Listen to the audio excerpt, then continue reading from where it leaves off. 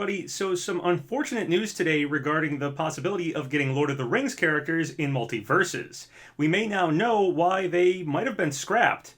But there's also some other interesting stuff to talk about in today's video, not all bad news, so let's dive in. Real quick, before we start talking about all of this MultiVersus stuff, gotta put my disclaimer here first.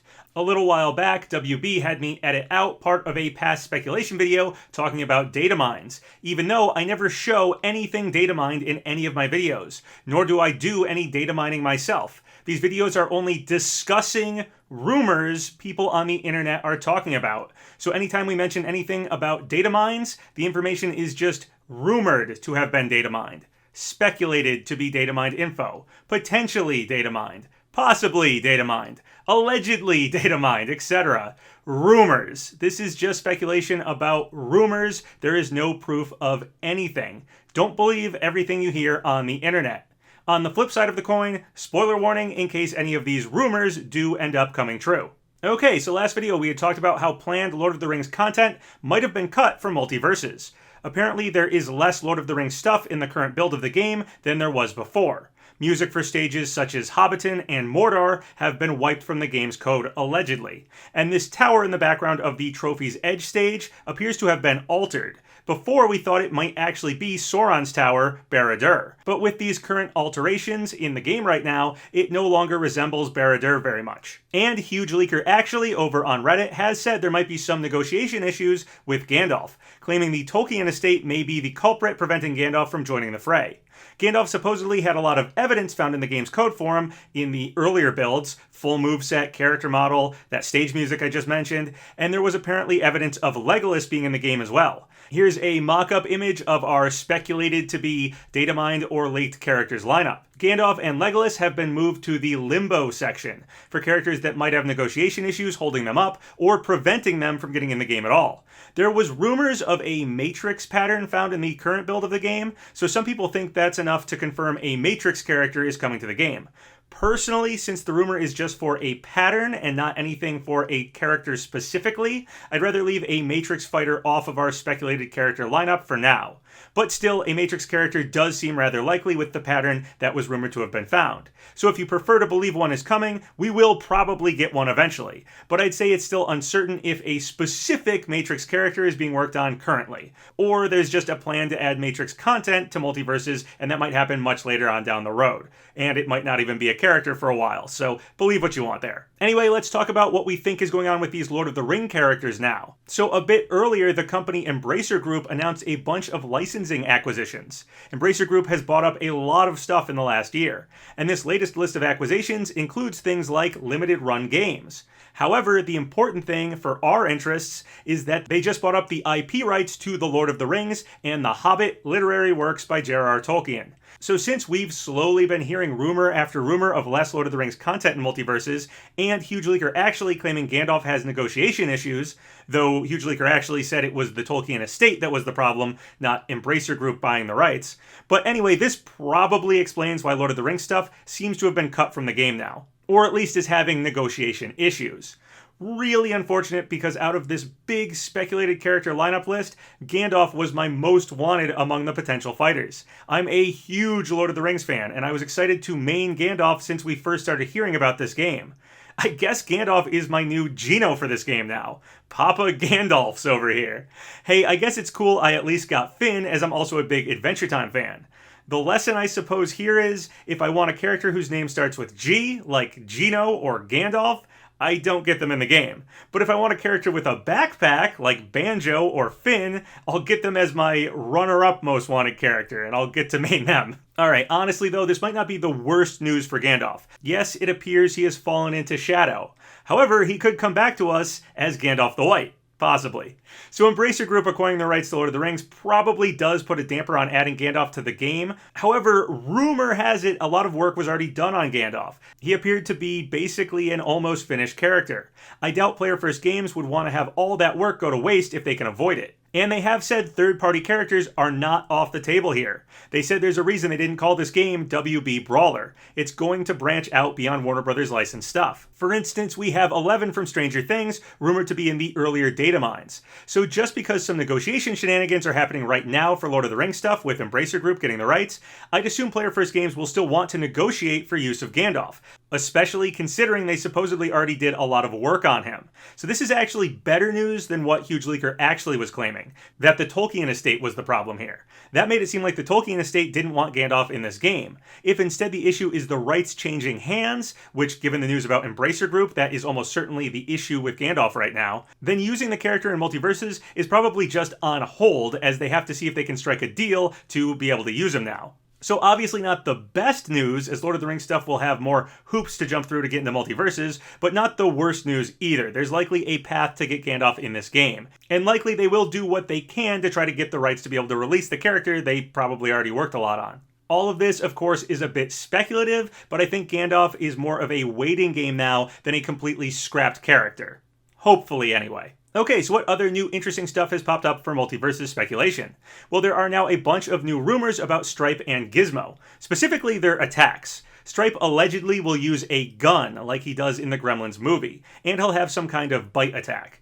Also, the new rumor is that evidence for Gizmo using a bow has been found. So he's almost certainly the bow and arrow character Tony was hinting at, shooting ignited flaming arrows like he does in the film. Gizmo's moveset will also supposedly consist of driving around that little car that he does in the movie, and apparently somehow using popcorn. The movie theater scene with all the popcorn flying everywhere is pretty memorable, though I recall the Gremlins eating popcorn more than I do Gizmo, but maybe he eats popcorn and it causes him a don't feed him after midnight transformation or something? Who knows? Even more interesting than these rumors for some of the possible attacks for the Gremlins characters, Tony might have let slip that Gizmo and Stripe are in fact one fighter.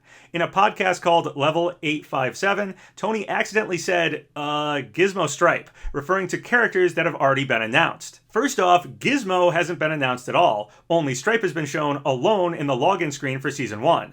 And also on the character roster on the official website, there's a spot for them that's just labeled Stripe. So calling this already revealed character Gizmo Stripe instead of just Stripe seems like confirmation this is in fact a 2-in-1 fighter somehow. Rumor has been for a while now that these characters share a spot on that C0 list that's supposedly in the game's code. And now with Tony referencing the already revealed fighter as Gizmo Stripe, the evidence these characters are actually one fighter is becoming overwhelming. My assumption now is that Gizmo probably does transform into Stripe as part of this joint character's moveset. I am well aware Gizmo doesn't transform into a gremlin in the movie, but I can totally see the draw to have the main gimmick or mechanic of a Gremlins character to be having them transform from a Mogwai into a gremlin. That's a pretty obvious gimmick idea to consider. Now, of course, if you're going to pick a Gremlins character, you want the main character as your Mogwai, so Gizmo.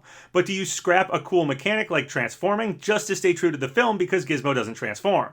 And keep in mind, this game is all about selling skins and variants. So maybe this character is more of a Mogwai and Gremlin character rather than specifically a Gizmo and Stripe character. But instead of making the fighters simply called Mogwai and Gremlin, they had Gizmo be the default Mogwai skin, and Stripe be the default Gremlin skin, because those two are the main ones from the film of their respective species. But you'll be able to acquire other Mogwai and other Gremlins as skins and variants. So you'll actually be able to mix and match whichever Mogwai turns into whichever Gremlin anyway. So this is more of a Mogwai Gremlin character than a Gizmo Stripe character. Obviously, that is all very speculative thinking, but if you think this one through, well, yes, it's a little odd to have Gizmo transform into Stripe. If these characters build up enough skins and variants, I think the potential mix and matching that was going to go on is going to be weird no matter what anyway. So they may have just decided to break lore here and have Gizmo transform into Stripe as the default, because you're going to get lots of different Mogwais transforming into lots of different Gremlins anyway. Again, speculative stuff. This might not be what happens at all. There might not even be a transforming mechanic, but I'm trying to make sense out of why these two would share a spot. And when you start thinking of them as a Mogwai Gremlin character, and you realize how much this game is about skins and variants, I think it isn't such a weird choice to pair them. Alright, another cool thing we learned from that podcast was that Player First Games did go to Warner Brothers to pitch their game idea. Warner Brothers didn't come to them.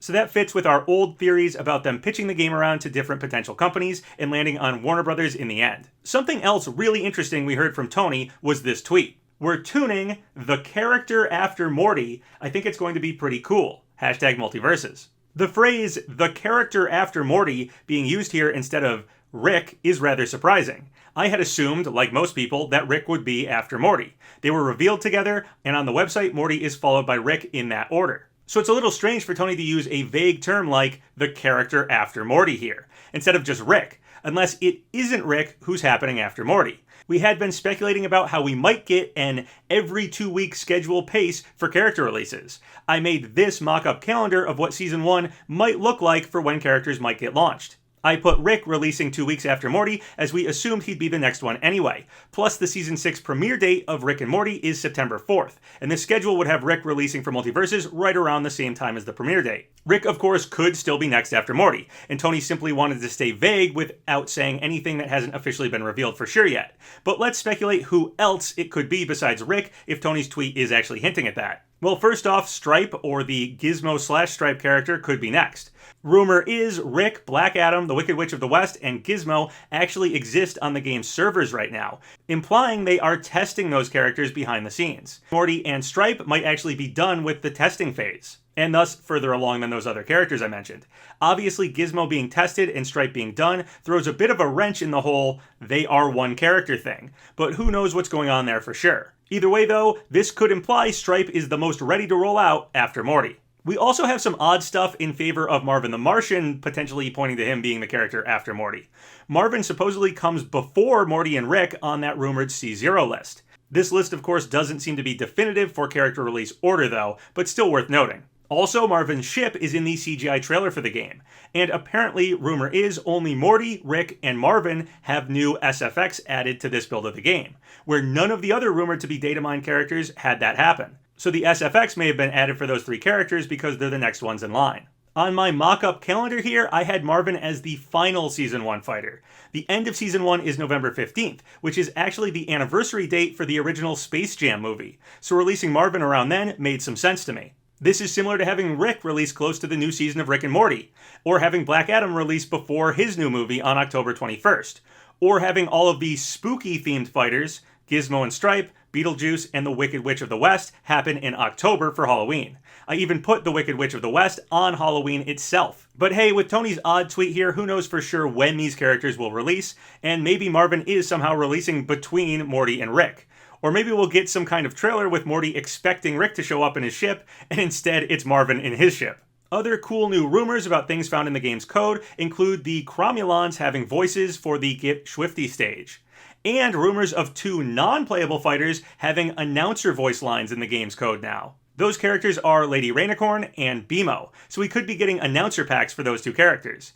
Lady Rainicorn appears in the background of the Tree Fort stage flying by sometimes, and BMO is part of Finn's moveset as a special attack he can purchase from Choose Goose for a lot of gold. Cool to get these non-playable fighters as announcer packs. And supposedly Lady Rainicorn's lines are entirely in Korean, which is awesome as she speaks almost exclusively in Korean in the show. BMO also apparently has SFX lines added now too, so likely lines for when Finn uses the BMO attack against specific characters. I absolutely love how much this game is going all out with the voice work, gives a crossover a ton of charm to really have the characters interacting like this. Speaking of voice lines, some people online are claiming Beetlejuice in MultiVersus sounds like the same voice actor who voiced him in LEGO Dimensions. That's pretty cool if it's true. And then just a couple final things of note. Player First Games tweeted out, Velma needs a TED Talk because she bodies with motivational speaker. Probably nothing to read into here, but we do have Ted Lasso on our big speculated character lineup, so I don't know if that is a weird hint at Ted by using the name Ted or what, but it's kind of interesting. Also, mods have supposedly stopped working for MultiVersus. Obviously, the game sells skins, so the existence of mods could prevent sales. Therefore, it's not that surprising they do whatever they can to stop mods in this game. And finally, Tony answered a question about stability fixes for the online for MultiVersus, and Tony wrote, "Won't be in the patch, but I think over the next 2 days, there'll be improvements. We'll keep working at it though, specifically around East Coast NA servers." Alright, well that's everything I wanted to talk about in this video. Hopefully the Embracer Group stuff with Lord of the Rings characters is just a bump in the road for them, and we will still get Gandalf down the road if Player First Games can acquire the rights or something. Honestly, it feels like Gandalf is becoming the Gino for me for this game, so I'm happy to embrace that. Gandalf is my Gino for MultiVersus. If you guys have any thoughts or comments about any of the stuff I talked about in this video, leave them below. Remember to like the video, leave a comment in the section below, and subscribe to Papa Gino's Twitter, Patreon, Discord, Twitch.